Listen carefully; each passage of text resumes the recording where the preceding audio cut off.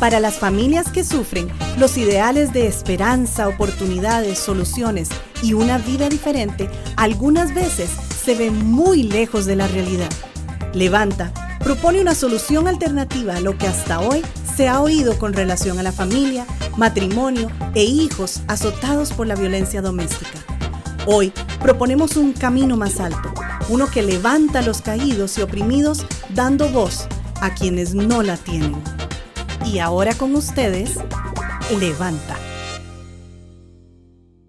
Saludos a todos, muy feliz Navidad. Estamos muy alegres este día de Navidad, 24 de diciembre, de poder tener un programa más con ustedes. Y yo me encuentro con mi querido amigo y hermano Ervin. ¿Cómo estás? Estoy muy bien, Alonso. Igual extiendo el saludo a todas y a todos que nos escuchan en esta fecha, pues tan especial, de verdad. Una fecha trascendental y que vamos a comentar en este día tan especial lo que significa verdaderamente la Navidad. Correcto. Sí, algo que se celebra, bueno, creo que en todo el mundo occidental, ¿verdad? Sí. A veces perdemos un poco de vista el propósito. Correcto. Entonces creo que sería bueno conversar hoy por unos minutos sobre qué implica, ¿verdad?, la Navidad. ¿Quién es Jesús para nosotros? Y quién es Jesús ya en sí es una reflexión importante, porque la Navidad lo que intenta ahora es desligar la persona, obra de Jesucristo y pues implantar otros esquemas, otros modelos, otro tipo de celebración que no alcanza. Es una celebración que promete, pero que a los pocos días, así como la nieve se derrite, se esfuman todas las ilusiones y pretensiones de nuevos personajes que se meten en una fecha como esta. Me gusta mucho eso que dijiste, que no alcanza, ¿verdad? Pareciera como que los mensajes en general son de esperanza, de aliento, de unidad, pero no alcanza. Sí. No alcanza porque no está fundamentado en una verdad completa como es Jesús, ¿verdad? Un personaje real, histórico, un personaje, ¿verdad? Que caminó, una persona caminó por este mundo, 100% Dios, 100% hombre. Así y ahí es. reposa nuestra confianza y lo que debería ser esta celebración. ¿Y por qué lo vinculamos con nuestro temas principales de violencia doméstica? Porque este desvío de atención que se encargan los medios publicitarios y las tendencias culturales producen efectos que son pues bastante complicados en las familias. Son días evidentemente de mayor tensión, mayor ansiedad. ¿Por qué? Porque se implantan modelos que no podemos hacerle frente con las armas que tenemos, ¿verdad? Así que cuando nosotros contestamos ¿quién es Jesucristo?, así determinamos qué es realmente la Navidad para. Correcto. Así lo celebramos. Así lo celebramos. Sí, es importante eso que decís de estos días, estas fechas, hay muchos detonantes, ¿verdad? Como vos decías, tensiones de cualquier tipo, ¿verdad? Familiar, económicas, de expectativas, de relaciones quebradas. Y estos momentos son propensos, ¿verdad?, para que casos de violencia doméstica se den.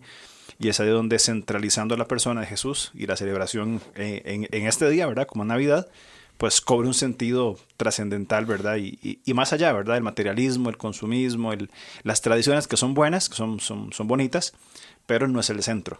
Por eso es que en este programa vamos a vincular, por lo menos en el tiempo que tenemos, esa historia que presenta la Escritura, una revelación, la manera en que Dios se ha dado a conocer y que ha permanecido a través de los tiempos y las generaciones por medio de la revelación escrita, la más confiable, segura, y cuenta la historia vinculado a 3 lugares, Alonso. La Escritura habla de Jesucristo, su nacimiento y posterior su vida en infancia, que transcurre sobre Belén de Judá, Egipto y Nazaret de Galilea. Creo que entendiendo esos 3 modelos vamos a terminar entendiendo qué realmente debemos celebrar, qué sucedió con la historia de Jesucristo, y en estos sucesos vamos a determinar realmente qué celebramos, por qué hoy es motivo de gozo recordar la obra de Dios por medio de Jesucristo impactando en la humanidad. Totalmente de acuerdo. Si empezamos entonces, mencionaste Belén de Judá, Egipto y Nazaret. Si empezamos por Belén, empecemos por Mateo capítulo 2, versículo 6. Dice, y tú, Belén, de la tierra de Judá, no eres la más pequeña entre los príncipes de Judá, porque de ti saldrá un guiador que apacentará, a mi pueblo Israel. Esta mención es está en Mateo 2.6, y es una profecía de Miqueas capítulo 5, versículo 2, sobre este rey que habría de venir, ¿verdad? Profetizado como el Mesías. Sí, y en Belén, recordemos que pues la cuna, la ciudad cuna del gran rey David, que es muy importante en la escritura, y que a este rey Dios le había prometido que su casa ocuparía el trono de Israel para siempre. Es interesante porque ahora que mencionas Mateo, capítulo 2, en el versículo 1 dice, cuando Jesús nació en Belén de Judea, en día del rey Herodes, vinieron del oriente a Jerusalén unos magos. Qué interesante porque en esa primera mención de Belén, que tiene que ver con rey, con reinados, es interesante cómo Lucas y también Mateo van a referirse acerca del nacimiento de Jesús y también describen el rey que en ese momento ocupaba el poder. O sea, está anteponiendo el rey temporal con todas sus pues consecuencias, junto con un rey eterno, junto con un rey que posteriormente se iría a convertir en el Kyrios, en el Señor de cada uno de los creyentes. Y esto es importantísimo porque aquí ya nos da una pista del verdadero acontecimiento que se da en Navidad. Ha nacido para nosotros un Señor, ha nacido para nosotros un Rey verdadero, con todas sus implicaciones. Pone entonces de frente a dos gobernantes. Evidentemente, el Señor, pues, es el Señor. Dios poderoso, todopoderoso, soberano. Sí. Ahora, es interesante esta explicación que nos das de poner de frente a estos dos gobernantes. Es lo que nos pasa hoy. En este tiempo de celebración de Navidad, algunos, inclusive personas, pues, que creen en Jesús, que tienen su confianza en Él y que tienen una relación con el Señor, una cosmovisión fundamentada en la Biblia, aún pareciera ser que en estos tiempos es más fácil someterse al Señor, como mencionábamos antes, cosas, tradiciones, consumismo, materialismo, superficialidades, y perdemos de vista lo que verdaderamente implica que este rey haya nacido para ser Señor, ¿verdad?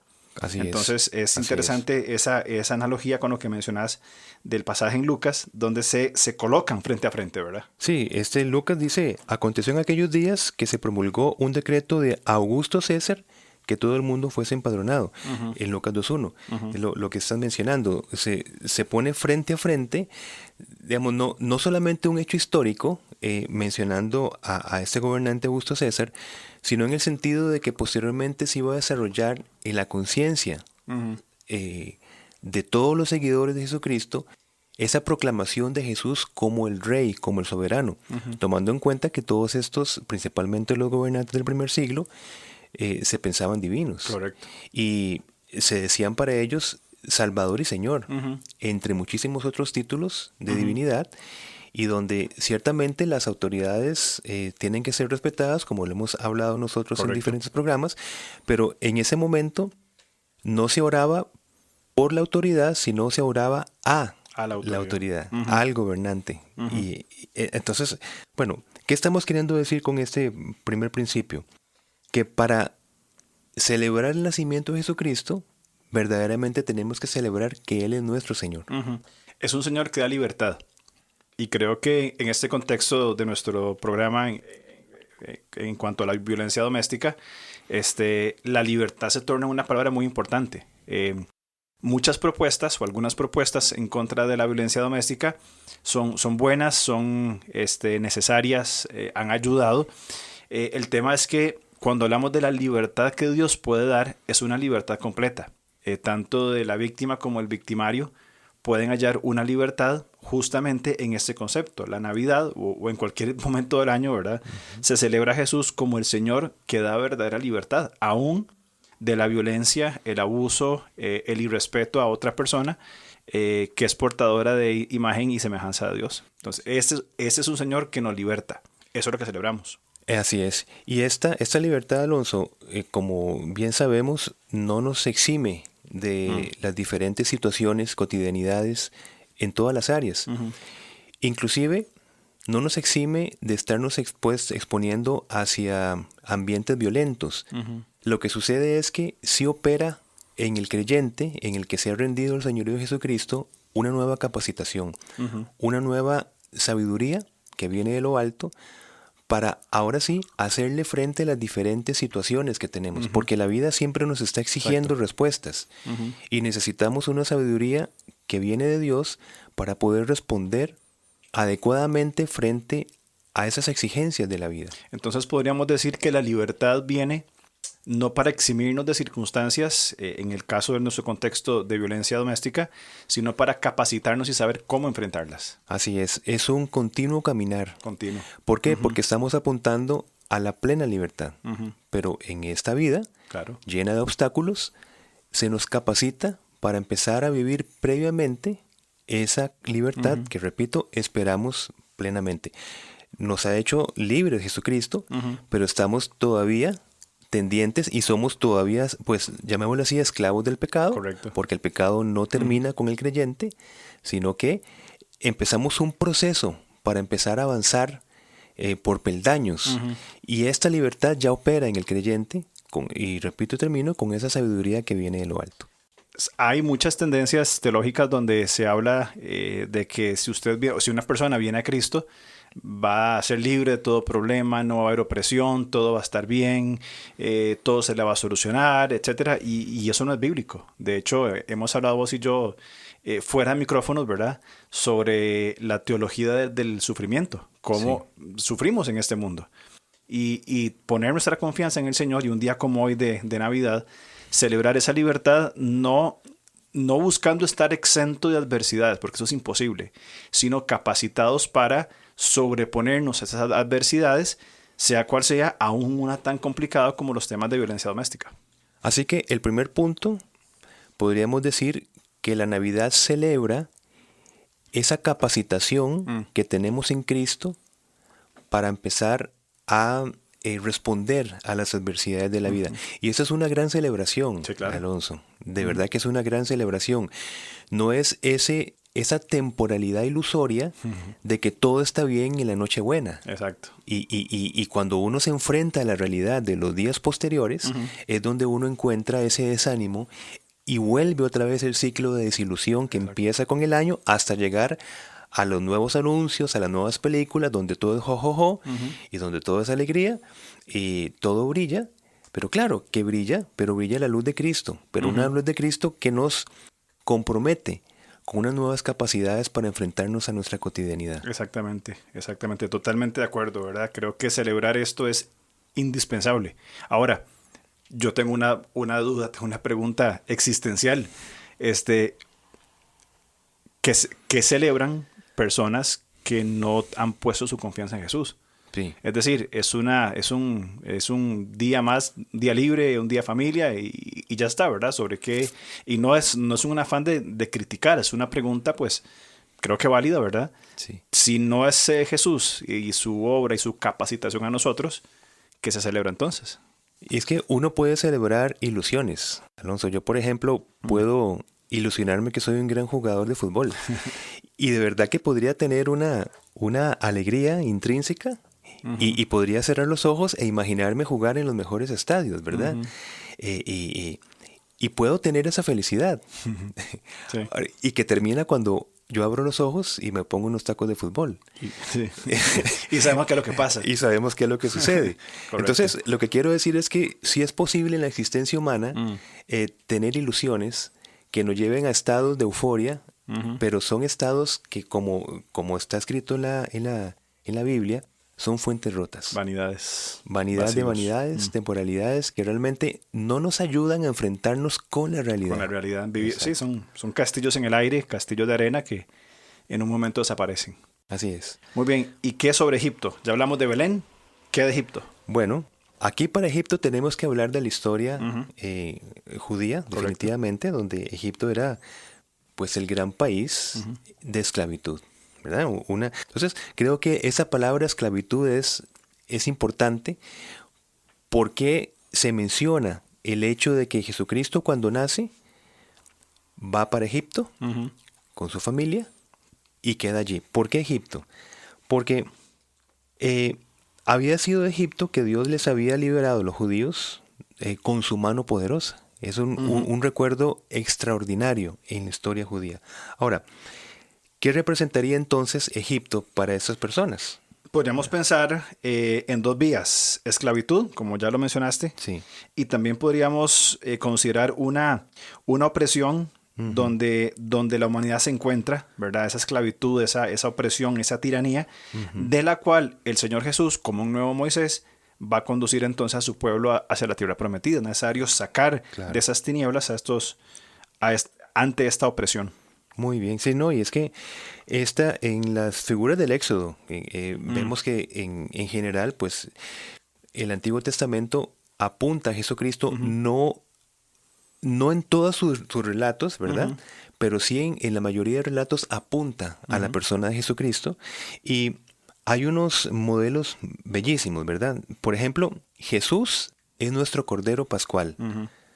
Que puso su vida para pagar nuestra redención. Y lo vemos en Juan capítulo 1, versículo 29, cuando el Bautista dice: he aquí el Cordero de Dios que quita el pecado del mundo. Correcto. Ya no que lleva el pecado como el Antiguo Testamento, sino que quita el pecado del mundo. Lo quita por completo. Pero qué interesante, porque posicionalmente nosotros somos sin pecado, pero seguimos viviendo las consecuencias del pecado. Correcto. Por eso es que necesitamos ser capacitados para enfrentarnos con esta realidad, aun cuando delante del Señor y por medio de Jesucristo somos nosotros puros y santos. Claro, y en la vida diaria luchamos con el pecado, sus consecuencias y sus opresiones. Siguiendo en esos modelos que vos mencionas del Éxodo, uno que podría significarnos la ayuda precisa para sobreponernos a estas tentaciones de todos los días es la imagen de la columna de humo y de fuego que dirigió al pueblo, así como el Señor nos dirige hoy. Hay hay verdades tangibles, claras, que vivimos y que funcionan como la guía. Entonces, cada vez que vemos en el Éxodo estas columnas de fuego o de nube, no podemos pensar en otra cosa que no sea en nuestro Señor Jesucristo. Así es. Inclusive, me atrevería a decir, Alonso, que hay señales que nos dicen que la relevancia de la Escritura es necesaria. Es decir, hay consecuencias culturales o familiares que no nos llevan a buenos caminos, a buenos propósitos. Significa que es una señal que necesitamos la guía, el humo y el fuego guiador de Jesucristo en nuestras familias. Creo que hay señales que podríamos ver fácilmente. Claro. ¿Qué sucede con una familia desintegrada? ¿Acaso eso no sería una señal? Totalmente. Es una señal que debemos celebrar verdaderamente la Navidad. Pero como hemos hablado muchísimas veces, el hecho de que el Señor dé verdadera libertad no significa que nosotros implícitamente tengamos, y toda la humanidad tenga libertad. Claro. Significa que aquellos que se vuelven y toman esta libertad disfrutarán de esta obra de Jesucristo. Correcto. Totalmente de acuerdo. Y es atender a ese llamado, ¿verdad? Sí. A las columnas que brillan o que nos guían en todo tiempo. Hay otra figura también en el Antiguo Testamento donde en este contexto del Éxodo, caminando por el desierto, imagínate la sed tan abrumadora, ¿verdad? Que significaría estar caminando por allí, y lo que significaría tener una fuente de agua en medio del desierto, agua fresca. Y entonces el Éxodo habla acerca de rocas donde brotaba el agua. Qué maravilla en ese contexto desértico para satisfacer la sed. Pero Pablo habla en 1 Corintios 10:4, y todos bebieron la misma bebida espiritual porque bebían de la roca espiritual que los seguía, y la roca era Cristo. Y es un maravilloso modelo de esta agua en el desierto, en este desierto de nuestra vida, que Jesucristo llega a ser esta agua que calma nuestra sed existencial. Que capacita para seguir caminando. Correcto, correcto, así es. Ahora, si hablas de agua, hablemos del pan también. Siguiendo en las figuras del Antiguo Testamento, el maná, Jesús es el maná que nos alimenta. Juan capítulo 6 dice: yo soy el pan de vida, vuestros padres comieron el maná en el desierto y murieron. Este es el pan que desciende del cielo para que el que de él come no muera. otra vez la capacitación para enfrentar día a día, un día a la vez, las circunstancias que vivimos, sean buenas, sean difíciles. Pero Jesús es el agua, como vos decías, que nos capacita para seguir, pero también es el maná, el pan, la alimentación, ¿verdad?, que nos sustenta día con día. Correcto. Y la misma palabra, ¿qué es esto? Maná, ¿qué es esto? Sí. Y cómo Dios espera el tiempo de la plenitud en Cristo para empezar a revelar ese sostenimiento que tenía en este pueblo de Israel y lo revela en la persona de Jesucristo ya para todas las generaciones. Correcto. Y me parece que la última, en medio de muchísimas otras representaciones, es, recordemos en Números capítulo 21, narra una rebeldía del pueblo de Israel, donde el Señor permite que unas serpientes empiecen a atacar el pueblo, y le dice a Moisés que levante una serpiente en bronce, y que todo aquel que mirara esa serpiente levantada iba a ser sano. Pues bueno, en ese momento posiblemente no se entendía el punto. Pero posteriormente, cuando ya vemos las interpretaciones de los apóstoles, y así como aquella serpiente fue levantada en el desierto, así Jesucristo fue levantado en la cruz, y todo aquel que mirara a Jesucristo, su obra y su persona, y creyera en Él, iba a ser sano completamente. Entonces es una bellísima imagen de celebración en Navidad. Es a veces se nos olvida, pero esta historia es el contexto de la conversación de Jesús con Nicodemo. Cuando sale el famosísimo Juan 3:16, el contexto es esta historia, ¿verdad? Y cuando, no sé, estoy haciendo una conjetura quizá, cuando Jesús fue levantado en la cruz, probablemente Nicodemo pensó en esta conversación, en esa serpiente, en quien es levantado, y su mirada puesta, evidentemente con fe, ¿verdad?, en el Señor. Claro que sí. Así que, ¿qué hemos dicho hasta el momento? Una manera de celebrar la Navidad es por medio de 3 lugares. Hemos hablado de Belén de Judá, que viene a darnos el señorío Jesucristo, ha nacido un rey, y ese es un rey en el cual nosotros tenemos verdadera libertad. Luego, Jesucristo parte para Egipto, donde empezamos a hablar de las figuras de libertad de la esclavitud, de que Jesucristo es nuestro pan de vida, nuestra agua en el desierto, es aquel que nos guía como humo y fuego. Es decir, todas esas figuras lo celebramos por el nacimiento de Jesucristo, ¿verdad? Y hay un tercer lugar que hablamos. Tercer lugar, Nazaret de Galilea, en el norte de Israel, y era conocida como Galilea de los gentiles. Según Mateo 4:15, los galileos eran judíos, ¿verdad? Pero digámosle que de una segunda categoría, ¿verdad? Así es. No eran nivel pro, eran una segunda categoría. Eran los que vivían en la frontera de la nación, ya después seguía pues, el Líbano y demás naciones, e inclusive tenían hasta otro acento. Así que por estas razones, ¿verdad? Por ahí alguno dijo o preguntó si de Galilea podía salir algo bueno, ¿verdad? Hablando de Jesús. Exacto. Y también entre Jerusalén y Galilea estaba Samaria. En el ¿verdad? medio, sí. Imagínate el contexto de esto. Correcto. Y Jesús, recordando la historia, Jesús se va con su familia se va para Galilea, para Nazaret, porque la idea era llegar a Jerusalén luego de Egipto. Pero ahí estaba el hijo de Herodes el Grande, ¿verdad? Y este gobernante era terriblemente malo. Entonces, por seguridad, la familia de Jesús terrenal decide instalarse en Galilea, pero todo esto estaba ya previsto por Dios. Es lo que queremos decir, cómo la historia está totalmente escrita y tiene propósitos específicos y señales específicas, ¿verdad? Sobre este tema de Galilea. Pero si Galilea era como era, según lo que estamos diciendo, Alonso, personas de segunda categoría, como lo estás mencionando, entonces, ¿por qué Galilea? ¿Por qué Jesús se va a Galilea? Mateo 4:16 creo que es clave en esta comprensión. El pueblo asentado en tinieblas vio gran luz, y los asentados en región de sombra de muerte, luz le resplandeció. Jesús, por la voluntad del Padre, como vos decías, ¿verdad? Ya algo definido por el Señor, se identifica con un pueblo asentado en tinieblas, así como serían los gentiles, ¿verdad? Que obviamente Jesús trae a la reconciliación bajo el concepto de iglesia, judíos y gentiles, ¿verdad? Como esta nueva institución. Desde ya entonces, bueno, desde siempre, de hecho, en el Antiguo Testamento se habla bastante sobre los gentiles viniendo al conocimiento del Señor. Pero puntualmente Jesús se ubica en esta zona con esta clara intención. Sí, y es que hay una relación pues muy importante cuando se está en tinieblas, y vamos a poner acá pues diferentes circunstancias y situaciones, siempre existe la desesperanza.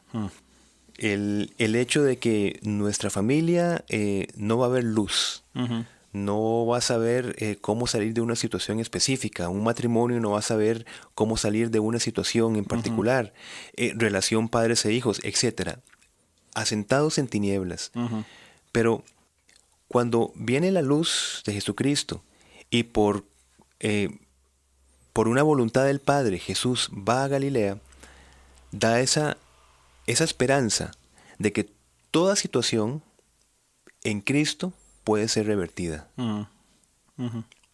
Sí, es la libertad que estamos hablando, es la provisión completa que estamos hablando, es lo que hogares que han sido golpeados por la violencia doméstica pueden encontrar esperanza. Y un día como hoy de Navidad, quizás celebrando con tradiciones, costumbres, formas que quedan en un segundo plano, que son bonitas, son interesantes, esa oscuridad y esa desesperanza puede ser tratada con la esperanza que tenemos a través de la persona de Jesús, en su obra completa por nosotros, y entendiendo, como vos decías, y como hablábamos anteriormente, en la capacitación que ya tenemos o que ya tienen aquellas personas que están en Jesús, que han puesto su confianza en Él, de estoy preparado para enfrentar esto. Por eso, llamémoslo así, el modelo Levanta es una propuesta de confrontar la violencia doméstica con la paz del Evangelio, sabiendo que las víctimas, en su mayoría mujeres, pueden ser tratadas integralmente a partir de la verdad del Evangelio, pero que también victimarios, mayormente hombres, pueden ser transformados, hay esperanza, transformados por el Evangelio conforme a la persona de Jesús en todo su aspecto, en cuanto a su carácter, en cuanto a su masculinidad, en cuanto a su comprensión y cosmovisión de la vida. Entonces, el Evangelio y lo que celebramos hoy de Navidad trae la esperanza libertadora de una transformación genuina, no de temporalidades o ilusiones pasajeras. Así es. Y esto que estás mencionando me parece muy importante, Alonso, en muchas cosas que dices, el poder del Evangelio. Es que llega a ser un momento en que se habla tanto del poder del Evangelio que es bueno detenerse para reflexionar acerca de esto. ¿Realmente nosotros creemos en el poder del Evangelio? ¿Realmente tomamos la relevancia suficiente del poder del Evangelio? Porque aunque bien lo mencionas, este sentido es un sentido que habla acerca de la relevancia del Evangelio junto con otras herramientas, pero esas herramientas no van por encima del poder del Evangelio. Sí, totalmente de acuerdo. Son complementarias y son instrumentos, herramientas que van a ir complementando o supeditándose a la operación del Evangelio, que al fin y al cabo viene a ser una transformación integral, la forma en que pensamos, la forma en que sentimos, lo que creemos, que nos lleva a actuar conforme a lo que el Señor dice. No es simplemente una creencia religiosa más o una propuesta religiosa nueva, sino que es la transformación de nuestro ser, partiendo del corazón, que implica, por supuesto, nuestras formas de pensar, nuestros conceptos, patrones aprendidos, formas de conducta que están sujetas entonces al corazón transformado por estas verdades. Así es. Pues bueno, a través de este programa hemos hablado, en medio de muchas cosas, la celebración del nacimiento de Jesucristo. Lo que celebramos en la Navidad entonces es la gloria de tener un rey, porque eso es un privilegio. Nos debemos a alguien. Nos debemos a una verdad, nos debemos a una persona y nos debemos a una esperanza. Celebramos un Salvador que nos redime y celebramos un profeta que nos revela la verdad. Esto es una celebración única que no puede ser depositada en ninguna otra persona, porque nadie es redentor más que Jesucristo, nadie es Salvador y nadie es Señor aparte de Jesucristo. Cambiemos un poco hoy en nuestras acostumbradas celebraciones de Navidad y demos espacio para que estos conceptos bíblicos sean el centro de nuestra celebración. No importa si ya hoy es 24 de diciembre o 25 o un día posterior, siempre es bueno permitir en nuestra vida la celebración correcta de la persona de Jesús en todo lo que Él ya nos ha provisto. Correcto.